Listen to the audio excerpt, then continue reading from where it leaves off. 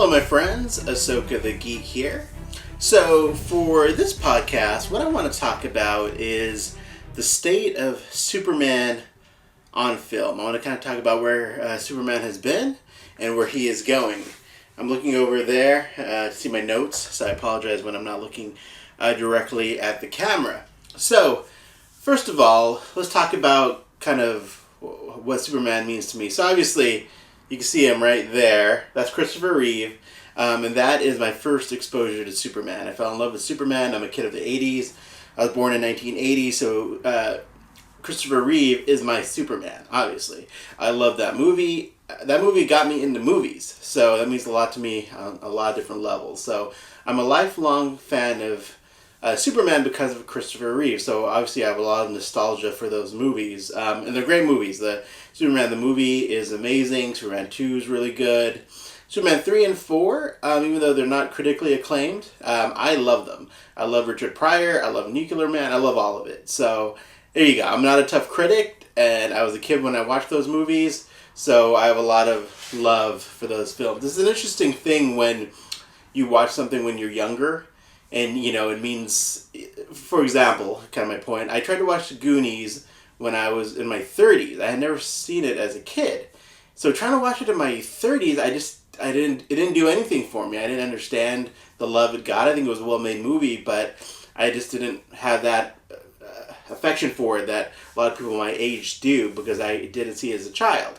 So I guess my point is, Christopher Reeve Superman movies, even 3 and 4, they mean a lot to me because I saw them when I was younger, and you know I didn't know the special effects were bad in Superman 4 when I was like 7 years old. So to me it looked amazing. So yeah, I love those movies. So that's my love for Superman, and that stemmed to everything now, to the comic books, the cartoons. I love Superman in all his forms. So let's talk about where he's been. So Superman on film, we have the Christopher Reeves movies. The first 2 were highly successful, 3 and 4 not so much. And then for a long time you had no Superman movies, no Superman on film, nothing, until the late 80s when you had the Superboy TV series, which, again, I enjoyed. I thought the first season was a little rough, but then after that, they had some really cool storylines. They had some really neat Elseworlds. They weren't officially called Elseworlds back then, but alternate reality storylines with different versions of Superboy and some really interesting storytelling. They actually got some of the guys from the comic books to write some of those episodes, so I really liked the Superboy TV series. Then we go to Lois and Clark, The New Adventures of Superman. That was the TV show that aired on ABC. Again, I enjoyed that for what it was. It was more of a romantic comedy, type show with Lois equal billing to Superman, and Terry Hatcher was amazing. Dean Cain, he has some controversial comments nowadays, but back then I loved him as well. It's funny, I liked his Clark Kent more than I liked his Superman. He was an awesome Clark Kent, the way he played him. His Superman was okay, but I still enjoyed that show. I mean, again, guys, this is the early 90s, or mid-90s, so you didn't have a lot of superhero anything. So you didn't really have anything to compare it to, and it was a great show for its time. And Terry Hatcher is a phenomenal Lois Lane. So I really enjoyed Lois and Clark. Then we move on to, and these two things kind of take place at the same time. So we have Smallville. Smallville, I loved Smallville, especially that first pilot episode, the first few seasons. It was a really great show. It went for, I think, 10 years, or 8 years. Might be 8 years. Yeah, it might have gone for 8 years. So it was funny, because when you first started watching Smallville, my thought was, well, man, this show can only go for like 2 years, but how much can they, really squeeze out of this period before he's Superman? And then apparently they could squeeze quite a bit out of that period. So, I mean, by the end of it, he was Superman, just not wearing the costume. And that kind of got a little silly, to be honest with you, because he was, the red, blue blur, he's wearing the logo on his jacket. He was basically Superboy, but he was, now in his getting to his mid-20s. So they really tried to drag it on, him becoming Superman, until the very end. And there was a lot of good episodes. When you had Justin Hartley as Green Arrow, I mean, Michael Rosenbaum, that Lex Luthor is probably my favorite Lex Luthor. He was amazing in that show. Lana Lang was great, Kristen Curick, Lois Lane, Erica Durance, I thought she was phenomenal. Chloe Sullivan, Allison Mack, that's who played Chloe Sullivan, she was great. Great cast, John Snyder as Jonathan Kent, Annette O'Toole as, Martha Kent. Phenomenal cast. I kind of wish that show had been made today on like HBO Max, because I think they would have really stuck to, the scale that they originally intended, no flights, no tights, about him growing up in Smallville. I think the mistake was it went on too long. It was 22 episodes a season, so you had to start, doing all kinds of crazy stuff to keep it going. And, by the end of it, I think it really strayed far away from its original intention. I enjoyed a lot of the later seasons still, but, I mean, when you had Doomsday show up, and, that he's not supposed to fight Doomsday until he's Superman later in his career as a superhero, they obviously had to keep the show going. So, I still have a lot of love for Smallville. I also go back and watch some old episodes. So it was still, I think, I would say groundbreaking also for its time. What it did on the CW. Well, first it was not Warner Brothers. I think it was WTV or something, whatever, and then became as the CW. And I think it paved the way for the Arrowverse later on, which we'll get to in a minute. So I love Smallville, and then during Smallville's time, we also had Superman Returns, which was interesting because you had Smallville on TV, and then you had Superman Returns, which is awesome. I remember watching the season finale of Smallville. I think it was maybe season 4 or 5, and in that particular episode, that's when he throws the crystal to build the Fortress of Solitude, and that was phenomenal in Smallville. That whole episode that it actually happened, that we got to see the Fortress of Solitude on TV, done to that scale, it was great. So kudos to Smallville for that. I remember during that episode, we got a sneak peek at Superman Returns. It was a great time to be a Superman fan. You had Smallville, which was really going strong on TV, and then you had Superman Returns. Superman Returns, first of all, you had Bryan Singer, who again back then was not mirrored in controversy. He had been so successful with the X-Men movie, and they were going to turn him loose on Superman. So my thought was, well, he's going to really make him modern. He's really going to do something interesting with it. But, he instead went for a very nostalgic path on the Superman movie. He wanted to make it a direct sequel to the Richard Donner film, to ignore Superman 3 and 4.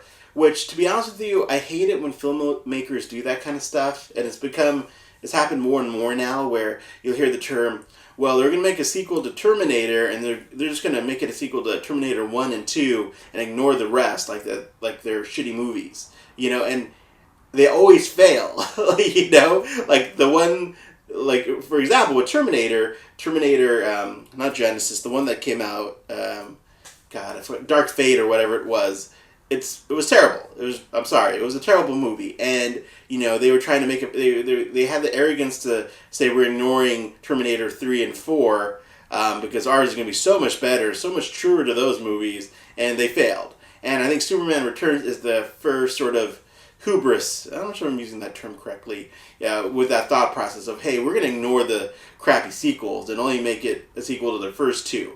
Because he totally failed with Superman Returns. I am a Superman Returns fan. I love Brandon Routh. He was a great Superman.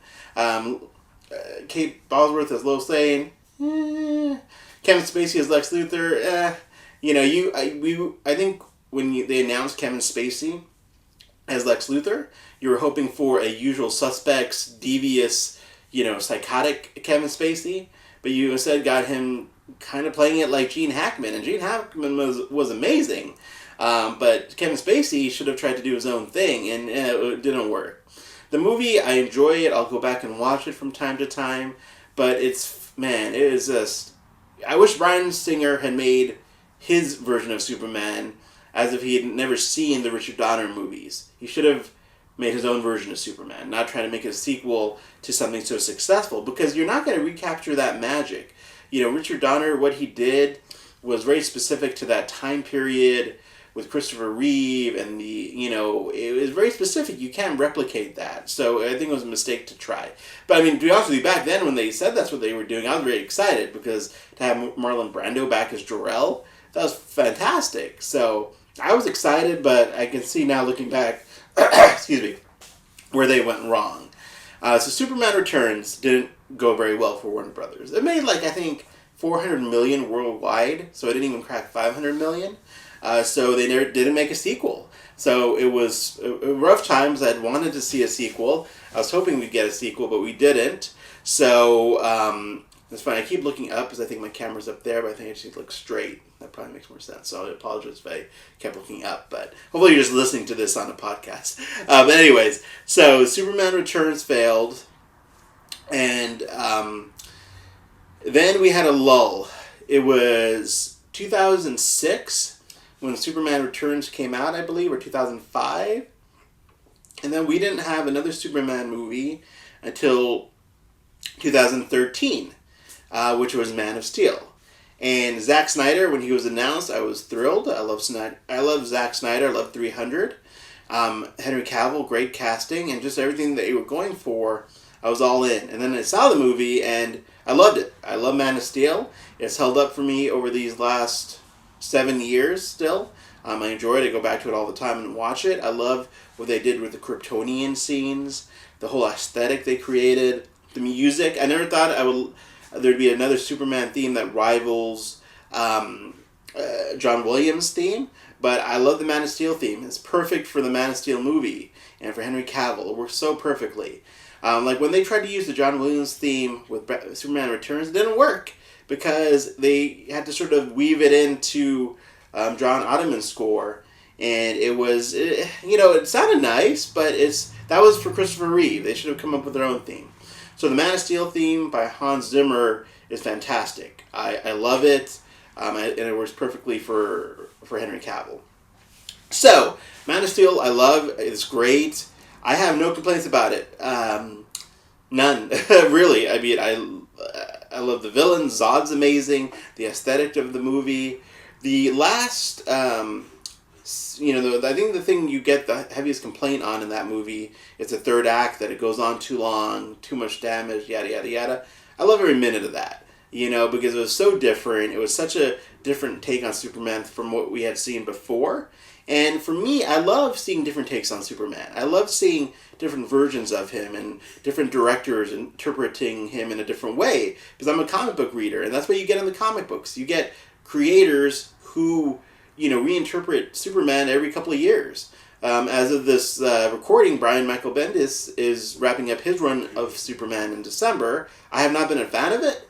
I stopped reading it after the first 2 months. I just wasn't doing anything for me. But now I can look forward to the next version of Superman that the next creator is going to do. So I was excited. I love Man of Steel. I know a lot of people have their feelings about it, but I'm a big fan of it. So when they announced Batman versus Superman, I was thrilled. Are you kidding me? Now we get the Henry Cavill Superman with Ben Affleck's Batman from Zack Snyder.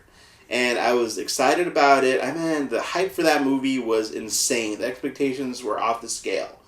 And then the movie is released. I loved it. I was watching it last night. It's a great movie. I love everything about it. I have no complaints about it. When I saw it in the theater, I was ecstatic. I got to see it a few days early, and I thought people would go crazy about it, but they did not. A lot of people did, but for whatever reason, it has this reputation of not being a very good movie. I think the Rotten Tomatoes score is 30% or something ridiculous. And that, to me, is just sort of bullshit, because even if you don't like the movie, to say that the quality of it is that low is ridiculous. It's a really well-made movie, well-crafted. If you don't like the choices that were made about the story and whatnot, sure, I get that, but I don't think it deserves 33% at all. I think it's nonsense. That really bothers me. So obviously I'm getting a little soapbox here, a little tangent. So I think Batman vs. Superman is a phenomenal movie. And it really crushed me when it got the reception that it did, and people were making fun of it, the Martha stuff, which to me makes sense. If I was fighting someone, physically, we're like going at it. I wouldn't last very long because I don't have a lot of muscle. But let's say I'm fighting someone, right? And then all of a sudden the guy I'm fighting says my mom's name. Randomly, just says my mom's name. I'm fighting him and then a complete stranger says my mom's name. I would probably be like, wait, what? What are you talking about? How do you know my mom's name? Just from that like strategic standpoint, to me that scene makes sense. Like, especially if it's my mom who had, all the tragedy around it, like with Bruce. To me, Martha made a lot of sense. Like, okay, wait, so why is he saying that? Like, why does he know my mom's name in the first place? Why is he invoking her name? How dare he? It would definitely throw me off. And then it gave Superman a few moments to tell him, like, you have to save her. And he's like thinking, wait a second, what are you talking about? I didn't get to save my mom. You know what I mean? It made him think about what happened to his mom. So it totally threw him off balance, gave Superman enough time to, say what he said, and then for Lois to come in and tell Bruce who Martha is to Superman. So to me, it makes sense. I mean, I don't think it's stupid at all. I think it was a great choice, and it really bums me out that people didn't appreciate that, and people make fun of it, and I don't know. I feel like a lot of it is what we call the hate train, with social media. Some people make fun of it, and then everyone just sort of piles on just to pile on. I don't know. Obviously, I'm very biased. Look around me. I'm a big Superman DC fan, so maybe I'm completely off topic here, but that really crushed me. So, anyways, we have Batman versus Superman. It does well financially. I think it made like $800 million. Didn't make $1 billion, but the reception was so bad that it made them do a big course correction on Justice League, which was already being filmed. Yeah, I'm not going to go into the whole Justice League story. You guys know what happened to that movie. What was finally released, I will admit, I enjoyed on some levels. I definitely was hugely just disappointed. To me, it was like after you see the epicness of Man of Steel and Batman vs. Superman, Justice League was like a movie from the early 2000s. Like, it was not the epic team-up we had wanted. So, I was disappointed. I have a lot of things I love about Justice League, a lot of things I don't. Henry Cavill as Superman, I think was phenomenal in it. He got to be a very, his arc was getting completed. He came back. He was now, knew who he was. So I think his arc got completed nicely, but that movie overall, ugh. So that's Justice League, and we have a few more before I get into my thoughts about the future of Superman and the current state of him. But the next one is Arrowverse and Supergirl. Well, here we go. So, I am a fan of the Arrowverse, in theory. I loved Arrow, especially the first, 5 seasons. Then it became Smallville, where it was just over the top. They brought in magic, they brought in, other superheroes, and it just got it became too much. By the time you get to the alien invasion stuff, I enjoyed those episodes, but it strayed so far away from the original promise of Arrow, which was a urban, more Christopher Nolan's style show. I think they really found the good balance in season 3 and 4 when they had the Deathstroke storyline, and I think those were great. But then, man, it just, again, same thing with Smallville. It was too long. They had 22 episodes a year they had to do. They're on network TV. I think if they had been on HBO Max or Netflix, Arrow should. I mean, you look at Jessica Jones and Iron Fist and Daredevil. That's what Arrow wanted to be, but they couldn't because they're on network TV. So, after a while, it just, But I still have a lot of love for the Arrowverse. I watched The Flash up until season 3 or 4. Then I started having a lot of problems with that show. Everything felt really forced with, the emotional stuff. Every 10 minutes, someone, they'd have a talk, oh, let me go talk to Barry. Let me go talk to Iris. It was just so forced. All the emotional stuff was so forced on that show. It just really got annoying for me. So I stopped watching that. Supergirl, I watched a few episodes of the first season. It just, as of today, I don't watch any Arrowverse shows. The last thing I watched was the crossover. I watched the first 2 seasons of Black Lightning, which I think is a phenomenal show, but I just stopped watching it for whatever reason. So, talking about Superman with the Arrowverse, there is a Superman in the Arrowverse. He was introduced on Supergirl, and I don't know, I don't have a lot of love for him. Tyler Hechlan, I think is how you say his name. I'm saying it wrong. I think he's a fine actor. He looks the part, but he definitely felt more like a supporting character to Supergirl, which makes a lot of sense because he was guest starring on her show. So he should be like a supporting character. She should get the spotlight. It's the name of the show is Supergirl, so you can't have it be about Superman. But yeah, I don't really care for him. Lois, the actress that plays Lois, she seems cool. She seems fine. A little Margot Kidder-esque. But the tone of Supergirl, and it's just so... it just so, again, it felt so forced. All the emotional stakes seem so forced. Nothing seems organic anymore on these CW shows. Like, they don't... It's so hard to... I'm having trouble articulating the way I feel about these shows. They just feel so manufactured. Like, any sort of, thing that happens, it seems so forced and phony. I was trying to give you a good example of what I'm talking about. It's just... I don't know, nothing feels real on these shows. I know it's a stupid thing to say, because these are comic book shows about superheroes, but everything feels so forced. Nothing seems really at stake. And the production quality, I tried to watch Batwoman last year. First of all, I love Ruby Rose. She's phenomenal. I loved her as the character, but the show itself looked terrible. The production values, I don't know if my tastes have changed, or if they literally did not get that much money to spend on that show. But it looked horrible. I was like, what is going on here? So now we have Superman and Lois. That's coming out in January. That's based on Supergirl, Superman, and Lois. They're getting their own show. Apparently they're going to have 2 sons on the show. And I am not excited about the show in any way because I've seen this version of Superman in the Arrowverse.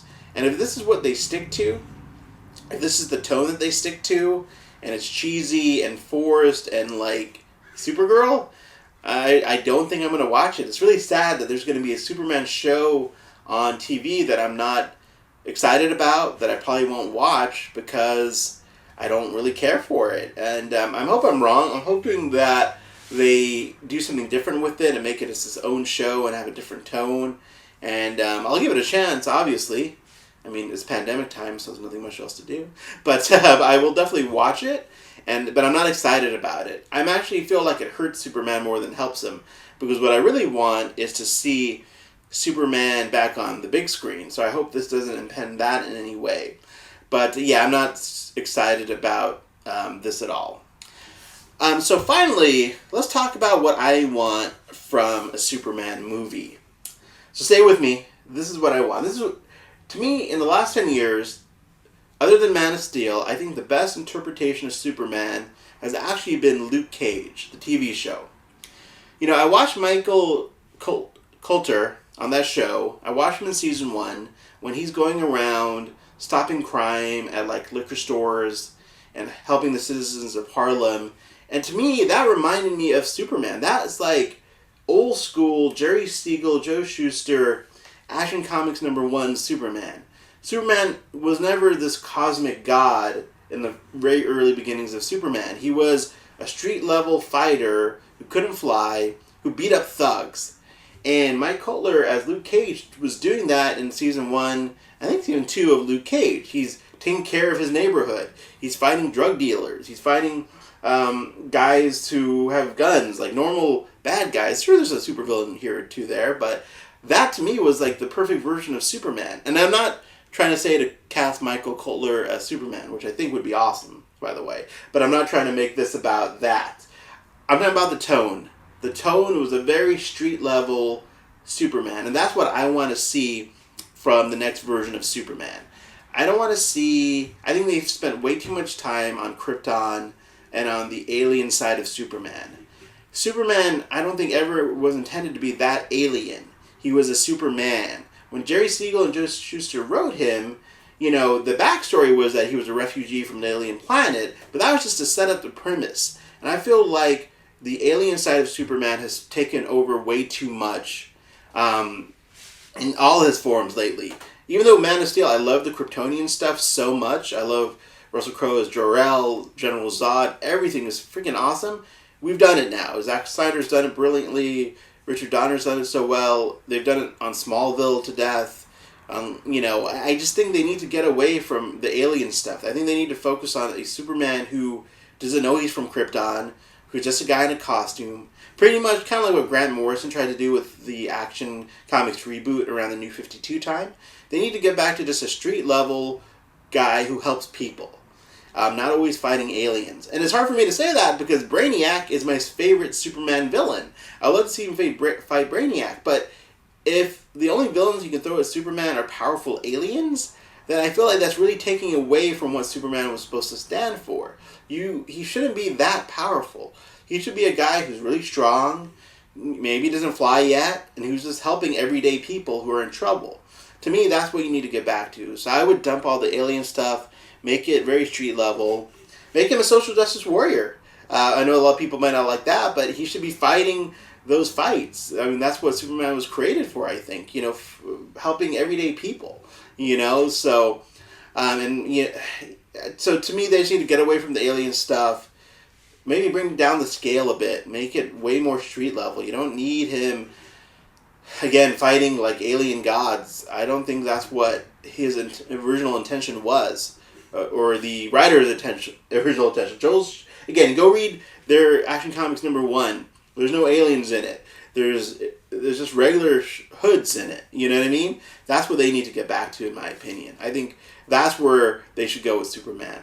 I would love to see them do that with Henry Cavill still as Superman, but the problem with that is they've sort of ridden themselves into a corner now.